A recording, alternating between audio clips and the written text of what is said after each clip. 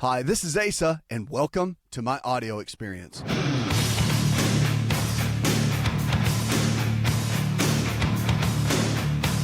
Remember, if the body can get sick, it can also get well. It's about lifestyle. It's about the choices we make every single day and how they'll determine the kind of health we're going to have.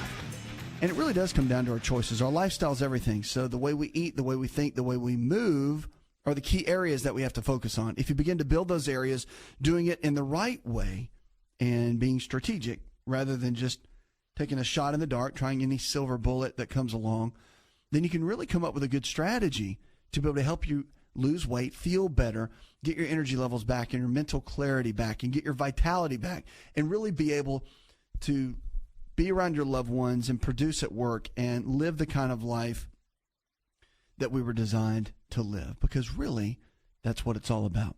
Stress is a big topic, and of course we hear about it all the time, but stress, they say now, may really undermine the heart benefits of exercise. So teens who have trouble coping with stress may face an increased risk for future heart trouble that even exercise can't erase, a new study suggests. It looks like the inability to cope well with stress contributes to the risk of heart disease. Lead researcher Scott Montgomery looked at this. He's a professor of epidemiology at the university in Sweden. He said Montgomery looked at a striking semblance when physical fitness did not protect teens with poor stress coping skills from developing heart disease later in life. He said exercise is important, but maybe we have to think about exercise and physical fitness in the context of coping with stress, particularly with people who've had a heart attack already. So for those people, both exercise and developing strategies to reduce stress might be needed to prevent more heart issues. But one expert noted that the study only involved males and only measured stress coping skills at once. So for those teens in the study who struggle with stress, also known as low stress resilience, the risk for heart disease increased by about 54%, and the risk of dying from heart disease increased by 110%. So not only are you more likely to have a heart attack, but you're also more likely to have a severe heart attack, they said. So low stress resilience isn't something that you're born with. Experiments in animals suggest that exposures to stress very early in life influence your ability to cope with stress. And only if we have a lot of stress early on are we less able to cope with it later on. So for most people with low stress resilience, even minor events can be extremely stressful, cause a lot of anxiety, and put a lot of stress and strain on the heart. So we know from other studies that very stressful events can cause heart attacks. And if you have low stress resilience and something more serious happens, it can be very challenging to your body and really to your overall health. It can create issues within the heart. I mean, the heart can handle quite a bit, but there are certain levels that it becomes very challenging. Simon Rigo, who's the director of psychology training at the medical center in New York City, he said there's several limitations to the study. First, it was only done in Sweden. It wasn't done worldwide. So it could have been just the group that they used at that level. But you definitely want to look at that and begin to say, okay, well, what worked, what didn't, what level really does well and what doesn't. So when you're looking at the demographics and the people, that does matter. But still, the overall concept of it is very good, that stress management is a muscle that we work, and we work it as we go through things in life. And the stronger you get and the more you go through and the more you're able to withstand, the stronger that muscle gets. And that stress muscle begins to work and get stronger. And when that happens, you become more resilient to stress. But it doesn't negate the fact that we need to have good coping mechanisms, whatever that might be, good, healthy ones, okay? Not a bottle of wine every single night until you get into a drunken stupor, and not eating yourself into oblivion so you gain 100 pounds in a year. And those types of kind of self-defeating behaviors and coping skills are probably not the best. Drugs, other kinds of coping mechanisms, not really the best. So coming up with healthy ones where you can turn that energy into something else and you can turn that focus into something else that can be more productive is definitely the way to go. So just realize that stress is one of the number one reasons that our body breaks down. For any health challenge, for any reason, the stress is the one that does that. So being able to manage that makes a big difference. 888-283-7272. That's 888-283-7272. Give us a call or go to the website. Remember, if you're looking for a lifestyle provider, someone in your area that believes the same way we do, just check out the website and involved with one of our team members, our lifestyle providers can coach you and help you really go to that next level with your health and with your life. Let's go to the phones and talk with Russell. Hi, Russell. Psoriasis. I have a patch about the size of a penny on my forehead. Is there any good creams for that, or is there any cure or anything like that that I could do? When it comes to psoriasis, remember, most skin conditions come from the inside out, not the outside in. So you really want to look at the different areas and really look at the body as a whole to understand what areas are strong, what areas are not, which areas are weak, which areas are not. And it's important, really, on that note, to look at your foods that you're eating every single day, because with skin conditions, if your bacteria is out of balance, for example, and you don't have the right kind of bacteria in the gut, talking about probiotics, which would be the good bacteria, then that can really cause some issues with the skin. You can start seeing the little places pop up like that. It could be a fungal condition that could be doing that too. Omega-3 fatty acid deficiency or a zinc deficiency can show those as well. But many times it could be several things that create the deficiency, and then we just got to figure out what that is. Most of the way we look at skin conditions like that are the different creams that you can use to put on your skin, and that does help. Some of them work very, very well. But if the underlying condition, remember, skin is the largest organ that we have, and so what happens on the inside of the body and what happens in the digestive tract is going to determine many times what happens in the skin. So that's where you want to really target and go after first, is what's happening in the digestive tract and in that system. Then you can really build on top of that. So you take care of the body internally, that nourishes the body in the areas that it needs to. Everything rises and falls on the digestive tract in so many different ways, because we're only as healthy as the foods we can eat, digest, absorb, and assimilate.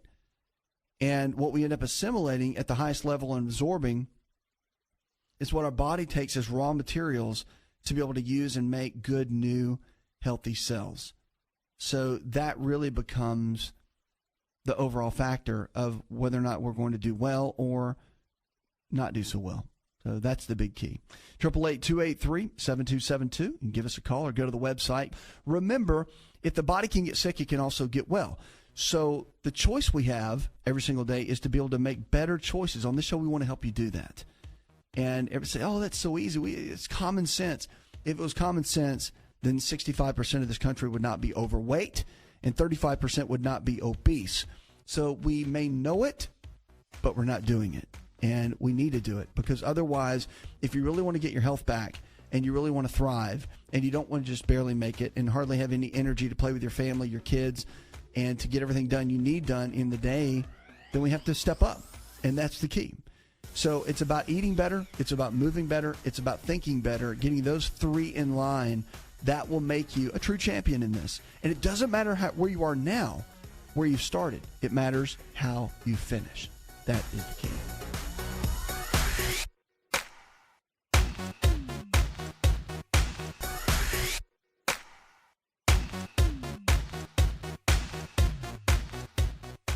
Hi, this is Dr. Asa to talk to you about the world's best protein for longevity called Best Amino. Protein is essential for every cell in your body to function at its absolute best. Best Amino is the highest absorbable protein, more than meat, eggs, and dairy, which may only absorb at 50, 60, or 70%.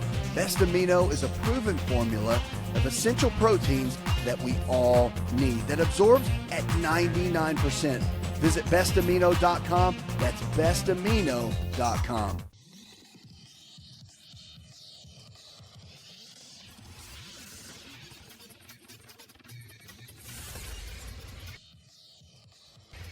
To find out more, connect with On Call Radio online at InShapeNetwork.com.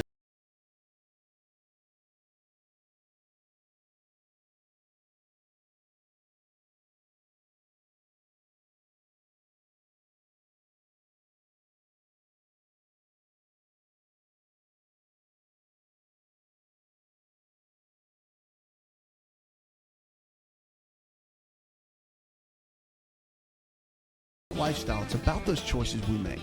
And it doesn't matter if you need to lose 30 pounds or 10 pounds, or maybe you just don't feel good. You don't have the energy levels that you used to. 3 keys to get your life back in order. And this is what we teach. I mean, really, at the end of the day, these are the 3 basic ones. And there's some more details But you have to think better, get your attitude right, the way you think, your mindset, eat better, and move better. Those three, if we get those in line, we can have a powerful lifestyle and live an amazing, amazing life. And it's that simple. But we get stuck and we get in a rut and we feel like we can't really make those things happen. And there's one reason after another of why it can't happen. And we have to really focus on building a good, solid game plan. That is what it's all about. Email brought to you by American Pharmacy. You can check them out at AmericanPharmacyCompany.com. And we've got, again, if you've never heard of American Pharmacy, we talk about them a lot. Great company. If you simply get all your supplies at your local pharmacy, American Pharmacy will actually send their products to you. They ship it. Great customer service. So no more standing in the long lines at your pharmacy at the local area. You just call up American Pharmacy and they will definitely send everything to you. They've got all kinds of supplies, natural solutions for your health challenges, and at prices that no one can beat. Powerful. Check them out, AmericanPharmacyCompany.com. Rachel in Louisville, Kentucky says, my dad's 78. He has severe neuropathy from diabetes, and his doctor has him on certain medications. We've been wondering if there's anything else he can be doing to help the situation. There are things he can do. I mean, first of all, you want to make sure his eating habits are right. If he doesn't have a nutritionist or someone working with him, the eating habits when you're dealing with diabetes is the first and foremost. It is absolutely essential to be able to get your body where it needs to be. I mean, hands down. The other big piece of this that you want to focus on is, and this is really important, but when you're dealing with diabetes and neuropathy, that B6, which is a certain vitamin B6, is a version of pyridoxine. When you get B6 levels where they need to be, then most medical text and the research will tell you that works very well. But then also from a relief standpoint, if you'll call the folks at American Pharmacy, go to AmericanPharmacyCompany.com, give them a call. They'll actually have a free neuropathy cream that they'll send you. And you can just go to the website, give them a call. They'll actually mail it to you, cost you nothing. And a lot of relief can be used by that neuropathy cream. Pretty amazing. So I would give those folks a call there at American Pharmacy and check that out. But remember, eating habits with diabetes is everything. So multiple meals throughout the day, at least 3, but it's even better to have a couple of snacks in between. And make sure your proteins, your fats, so the proteins are lean quality, and also chicken, fish, beef, eggs, protein powder, something like that. Your low glycemic carbohydrates are the ones in the fruits and vegetables. And then your healthy fats, your almonds, your walnuts, your cashews, your avocados. The fats and the proteins help stabilize blood sugar levels. So when you're dealing with any kind of diabetes at any level, it helps to stabilize everything, makes it work much, much better. The body begins to stabilize, and that's what you want to shoot for. Okay? That is a great way to go. 888-283-7272. That's 888-283-7272. Give us a call or go to the website, to the phones now, and let's talk to Hazel. Hi, Hazel. Wanted to know fibromyalgia and degenerative arthritis, and there's a bulging disc. Just wanted to know, as far as, good medical advice, continued medical care. Well, with fibromyalgia, let's look at it for a couple of perspectives. Number one, fibromyalgia being an inflammatory condition of the connective tissue, really, more than anything. That's why you just grab someone's arm or grab their shoulder. If they have fibromyalgia, depending on the level they have it, it's extremely painful. So that's something that needs to be looked at first and foremost. Understanding that the level at which you have it is a determining factor too, but the reality of what you do is pretty similar and about the same. So with that, there's a couple things you want to think about. Number one is as you're supporting the body with fibromyalgia, always your eating habits are important. Remember, most inflammation starts in the digestive tract. So if you're eating foods, for example, like let's say you're eating fried foods and fast foods and processed foods, the more foods that you have that are processed and that raise inflammation in the body, the more you have a chance to raise inflammation throughout the body. That is the real challenge of what you have to look for. Now, the other key that you want to look at too that's important is with fibromyalgia, what are you deficient in? So getting some blood testing done to find out what your nutritional deficient areas are is important too, because you may have omega-3 fatty acid deficiencies. Many times people with fibromyalgia that deal with that have low levels of vitamin D. And vitamin D3, of course, we get vitamin D from the sun, but after the age of 50, your ability to utilize vitamin D decreases by about 50%. So with that being said, a lot of times supplementation is the only way to get what you need. So to make sure you get enough of the supplementation, that needs to be looked at as well. So the blood test will show you what areas are weak, what areas are strong, where you need to build, where you don't. And getting into it from that perspective will really help you quite a bit and be able to go to that next level in your health. Rather than just surviving, you can thrive. Rather than just barely making it, you can really live it. And that's the real key. That's what you want to focus on. 888-283-7272. That's 888-283-7272. Give us a call or go to the website. If you haven't found a lifestyle provider, someone in your area that believes the same way we do, all this nutrition and lifestyle-based care we talk about, just go to the website. You can find someone. Our team members are there standing by. Give us a call. Sometimes you just need someone to take you by the hand. And sometimes that's all we need. Sometimes we need a little bit of encouragement, a little bit of that push to make us really go that next level. Sometimes that's it. So whatever it is, understand that you need a team or a person to be able to help you and walk you through that process. And at the end of the day, you really can make it. You can win, and you can do it. But more than anything, you have to realize that you can.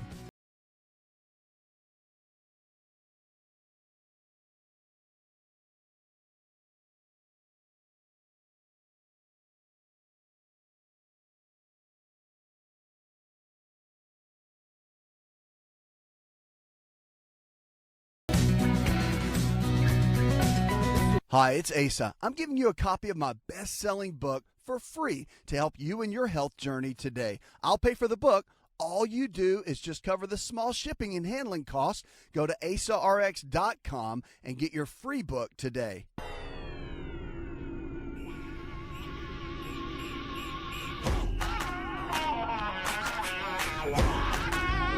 To find out more, visit the show online, InShapeNetwork.com.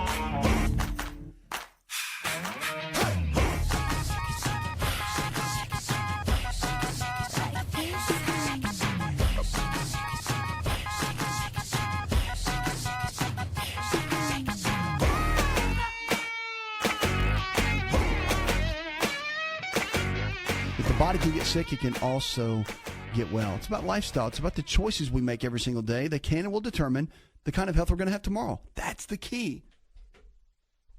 I get so fired up because all we have to do is look at our choices each day and know that they make a major impact and bring value to what we do every single day and how we can thrive and how we can make it. So if we make better choices, we can do better, we can live better. That's the key. All right, we're talking about foods right now that are powerful to the body, and we call it our food of the hour. And I talk about foods a lot because food can really, in a lot of ways, be great medicine for us. Remember, we're only as healthy as what we digest, absorb, and assimilate. So what we put in our body actually becomes our body. And if we can make better choices and we can begin to thrive, then we can really begin to impact. Because if, for example, you're eating the wrong kind of foods over a long period of time, then you're not really going to be able to get your body up to its peak level.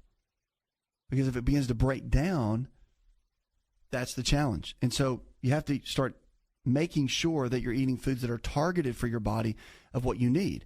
So regardless of what you choose, the body doesn't know the difference between baked fish and fried fish or French fries and broccoli, but we do. And so we need to make better choices. That's the key. We're talking about tangerines, and they've got a lot of benefits to them, tangerines. So they're a citrus fruit. Of course, they're loaded with vitamin C, and it's great for the immune system. We know that. It gets rid of free radicals, and free radicals are highly reactive atoms that are produced when substances or molecules in your body react with each other. The process is called oxidation, and the free radicals that the oxidation produces can trigger cell death or apoptosis.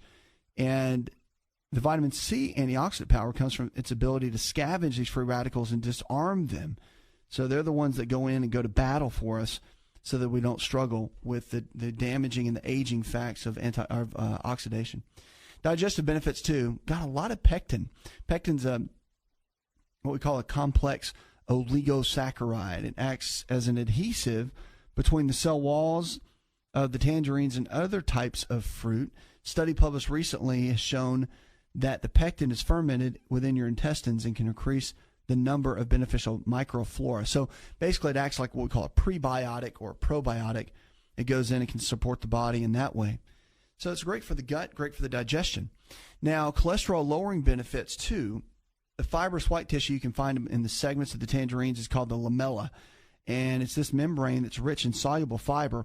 One of the most beneficial effects of the lamella is that it's high in soluble fiber, and the reduction of cholesterol can be found in your blood just by using this alone. So if you're making smoothies, or if you want to just eat it, but you can actually cut it up, put it in a smoothie, blend it like in a Vitamix blender, and you'll never even know it's there, and you'll get all the benefits of it. That's a great way to go. But the dietary recommendation of fiber right now is about 25 milligrams a day. Some doctors will push for about 35 to 40 milligrams a day for better colon health. Now, eating a well-balanced diet that's mostly fruits and vegetables is a smart way to manage your weight. High fiber content of tangerines can help keep you feeling fuller for a longer period of time, and feeling full, of course, can impact your weight, because when you feel satiated, you're less likely to overindulge and make the wrong kind of food choices, which is definitely something we need to keep an eye out on. It's important, but eating the right kind of foods is very important for your body type. So keeping the inflammation down, yeast and fungal type issues that can invade the body, you want to keep those at bay and really get the body functioning at its best level. It's about choices. That's the key. Let's go to the phones. Let's talk to Faye. Hi, Faye. Certain thing for my husband. He just experiences extreme fatigue. He's 26, very healthy, no health issues, but just always saying he feels extremely, extremely tired. He has really low blood pressure all the time when we've checked it, and I don't know if that has anything to do with it, but that was just my question that I had, and I was wondering if you all had any answers for that. Sure. Yeah, I mean, there's a couple things you can do. I mean, fatigue, when you look at that and you start talking about it, it can come from multiple areas. And I always say it can come from an anemia, which is a lack of iron, a lack of B12 getting into the bloodstream, which creates more oxygen. It could be a lack of folic acid, which absorbs that. It could also be the thyroid, which can be a big challenge too. The thyroid gland can play a big role as far as that goes. And also, one of the big challenges that we see with something like this is also the adrenal glands. The adrenal glands are the body's stress glands, and if your body is not managing stress well, your adrenals can get pretty exhausted, pretty tired. And when the adrenals get tired, that's when you get tired, and that's when everything begins to shut down and not work that well. So that's one thing I would want to encourage you for, is to make sure that you're giving the body everything it needs and that these different systems are not breaking down. That's why blood testing is so important. Saliva testing can be important to be able to get the data, to be able to know where your body is, because certain supplements and eating routines will determine what he's dealing with. So if his thyroid system's not working right, then you're going to do one type of protocol. If his adrenals are not, then there'll be another type. And then if he's dealing with anemia, well, that's a whole different animal. So you have to really you have to identify the system and know which one it is first. That's why getting some lab work done for nutritional deficiencies and getting some testing completed to get that data really, really does help. And I would encourage you to talk with your doctor or get with a nutritionist, someone that can help you get that done. 888-283-7272. That's 888-283-7272. Give us a call or go to the website. If you haven't got our app yet, the app is out. It's on the web, on the App Store. And you can find it there. Great way to listen to the show. Catch it from the day before all the way until we go live the next day. So great way to do that, to really connect and link up and stay in touch with everything that we're doing here, for sure. 14% of toddlers, they say, may be drinking coffee now. And although they just are learning to say the word coffee, about 1 in 7 2-year-olds in Boston in the study drink the caffeinated beverage. Researchers analyzed information on about 315 mothers and their babies, and they discovered that 14% of the 2-year-olds were given coffee. So, interesting. Infants and toddlers of Hispanic mothers were more likely to drink coffee than those of non-Hispanics. And the results show that many infants and toddlers in the Boston area where they did this are being given coffee, that it could be associated with cultural practices more than anything else. So Ann Merewood, who is an investigator for this at the Breastfeeding Center at the Boston Medical Center, said in a news release, and was talking about this, children in other countries, like Australia, Cambodia, Ethiopia, sometimes drink coffee, and researchers noted they added that the other studies have shown that it's not uncommon for children raised in Hispanic cultures to start drinking coffee at a younger age. So there's been little research done in the coffee consumption in infants, but one study did show that 2-year-olds who drank coffee and tea between meals or bedtime are 3 times more likely to be obese in kindergarten. How about that? Drink coffee, you get fat. So what a correlative study that is. And also other studies have shown that caffeine consumption by children, and teens is associated with depression, diabetes, sleep issues, abuse, and obesity as well. And given the current data shows about the effects of coffee consumption among children and adolescents to be quite challenging. So Merewood, who did this study, was part of Boston University School of Medicine. This was all published in the Journal of Human Lactation. So interesting, to say the least, of what's going on and seeing exactly how we should really, in my personal opinion, I don't think the children at early ages should be drinking high levels of caffeine. I know they're doing the energy drinks now, and it's become popular and cool and all that, but really it does a lot for the nervous system, and you already have so much energy level as a child anyway. So to overtax the adrenals, to start getting them worn down and tired, is just something that doesn't need to be done. So a sip here and there, I guess, if you're looking at the whole moderation concept, sure, but to drink a whole cup of coffee or something, I mean, give a kid a little piece of chocolate and they start bouncing off the walls. That's minimal caffeine. Give them a cup of coffee, that's, quite a bit. So we have to be cautious with that. That's for sure. 888-283-7272. That's 888-283-7272. Give us a call. Go to the website. You can also do that. If you haven't checked out the website, you should. And look at our lifestyle providers. They're healthcare providers in your area that believe the same way we do. All this nutrition and lifestyle-based care we talk about. Great way to find someone in your area to hold you by the hand, to take you by the hand, and help you with your health and with your life. That is what it's all about. Now, we've got Christine in Arizona that wants to know, she asked in an email, she wants to know what to do for toenail fungus. Well, I'll tell you, that's a great question. A lot of people ask that question, and toenail fungus, although there is some component to it from the outside in, mostly happens from the inside out. So when you're doing it from the inside out, you've got to look at, okay, well, wormwood, black walnut, these kind of herbal remedies are very helpful when you're dealing with any kind of fungal-related issue, and they can be taken internally. But externally, you can soak the toenail, and that's been a pretty standard practice custom in the alternative world. And you could look at things like ionic silver, echinacea, golden seal, black walnut, and putting those together, warm water, and soak it 3 times a day. Now, it's going to take some time. But at the end of the day, you really want to look at it and say, okay, is it worth it? Or do you want to do more of a traditional approach? And you can do some of the standard medications that can help quite a bit too. So it's if you want to wait it out and do it natural, or kind of the quick and easy, you can use the medications. It's all in how you want to tackle that. 888-283-7272. We'll be right back. Don't go anywhere.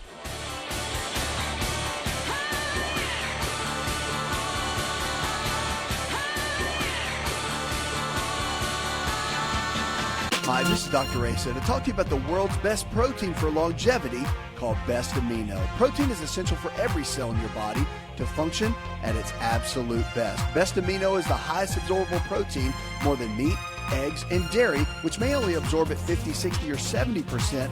Best Amino is a proven formula of essential proteins that we all need that absorbs at 99%. Visit bestamino.com. That's bestamino.com.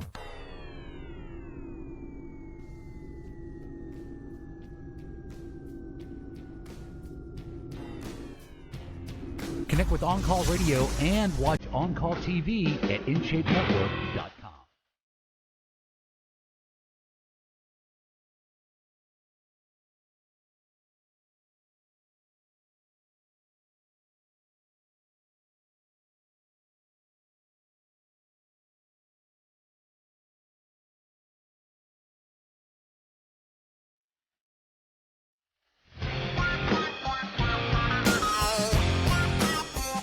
some better ways to live your life, to really lose weight, feel better, have more energy, look younger, feel better, and just get your life back and health back. That's what this show's about. You really can do that. You don't have to be stuck. Doesn't matter how many medications you're taking. Doesn't matter how much weight you've gained.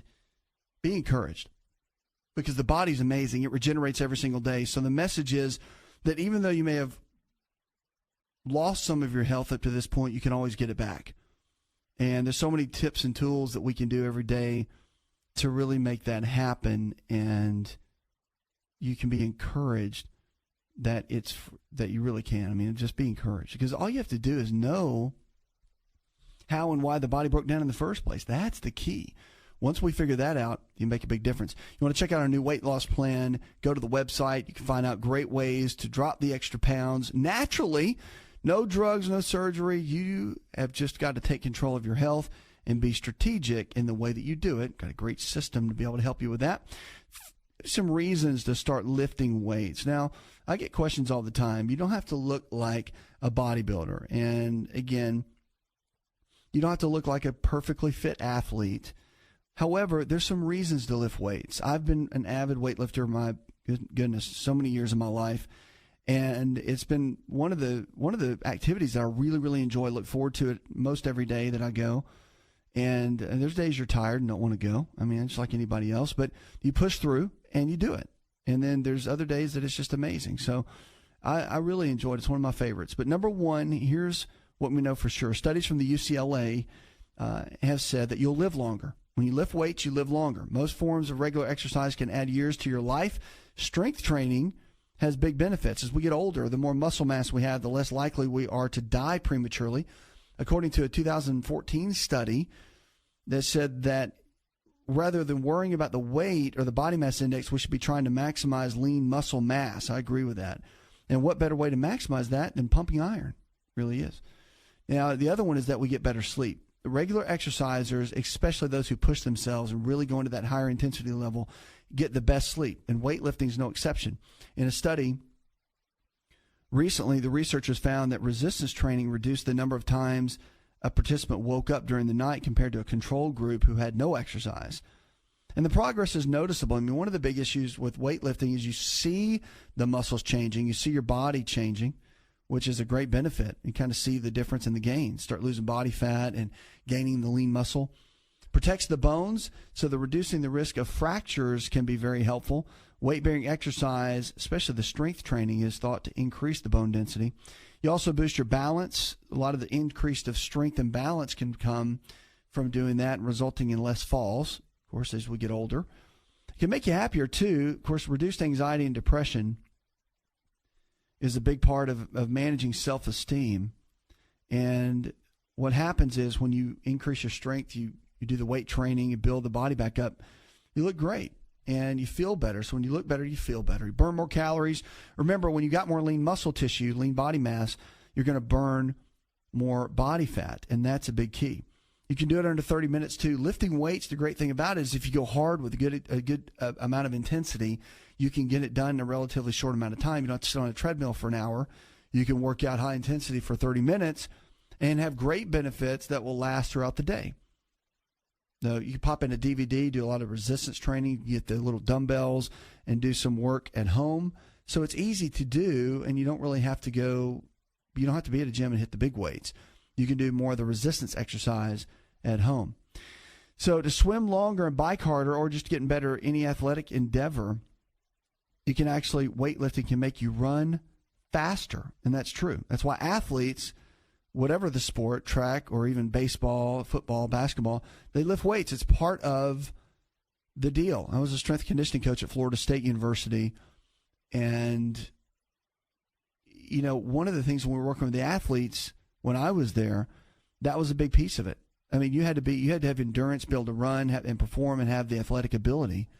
But the strength is where it all came from. And so we spent so much time in the weight room building strength to the body.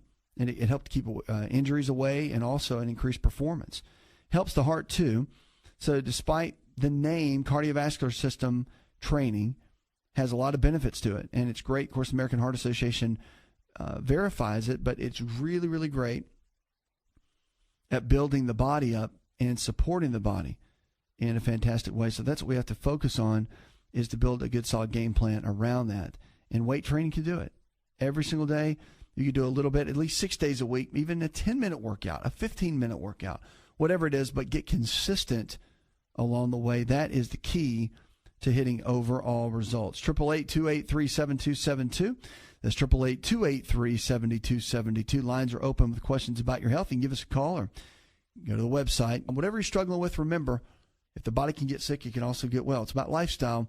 And so many times I think that we get hung up on giving the body what it needs or not. And it's so critical when you're coming up with a new lifestyle plan. Let's say you're wanting to eat better or you're wanting to exercise better. You put one foot in front of the other. Don't worry about critics. Don't worry about what you've heard works or doesn't work. Have someone to coach you, to really be that health coach for you, to take you by the hand and teach you what it really means to do well. Sometimes we just need that accountability, and sometimes we just need that certain someone to be able to help us. Because when we do that, we can begin to thrive. And that is what it's all about, especially when it comes to our health. Puts another hour in the charts. I want to thank our producer, Jay Patrick, engineer John Garrison, and the rest of the team. Go tell one person something you learned on the show. Together, we can transform the health of our friends, our families, and our communities. You're listening to the show that helps you get well, stay well, and live well. We're diagnosing hope one person at a time. Did you know you could listen to the AsaRx audio experience on Spotify? For all the ways to watch and listen, check out our show page at asarx.com/experience. Hi, it's Asa. I'm giving you a copy of my best-selling book for free to help you in your health journey today. I'll pay for the book. All you do is just cover the small shipping and handling costs. Go to asarx.com and get your free book today. This episode is over, but check episode notes for links to products and services you've heard about on this episode. Thanks for listening and subscribing. Please share the AsaRx audio experience with others and stay in touch by giving us your comment or review.